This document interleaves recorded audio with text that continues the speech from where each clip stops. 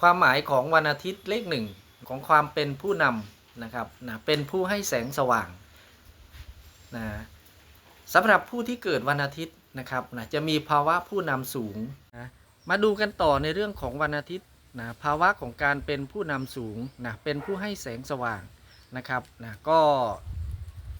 คนวันอาทิตย์เนี่ยโดยมากแล้ว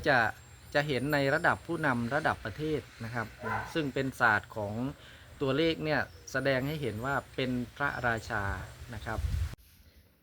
ศาสตร์ตัวเลขวันอาทิตย์นะครับเรามาดูข้อเสียของตัวเลขวันอาทิตย์บ้างนะครับในเรื่องภาวะอารมณ์เนี่ยจะเป็นคนที่มีอารมณ์รุนแรงฉุนเฉียวเพราะนั้นในภาวะของการเป็นผู้นำสูงจะมีอารมณ์ฉุนเฉียวที่แรงเพราะนั้นก็ควรระมัดระวังนะครับมีสติถ้าอยากรู้เรื่องตัวเลขศาสตร์พลิกชีวิตติดตามพราหมณ์หมิงตัวเลขพลิกชีวิตแล้วชีวิตคุณจะเปลี่ยนไป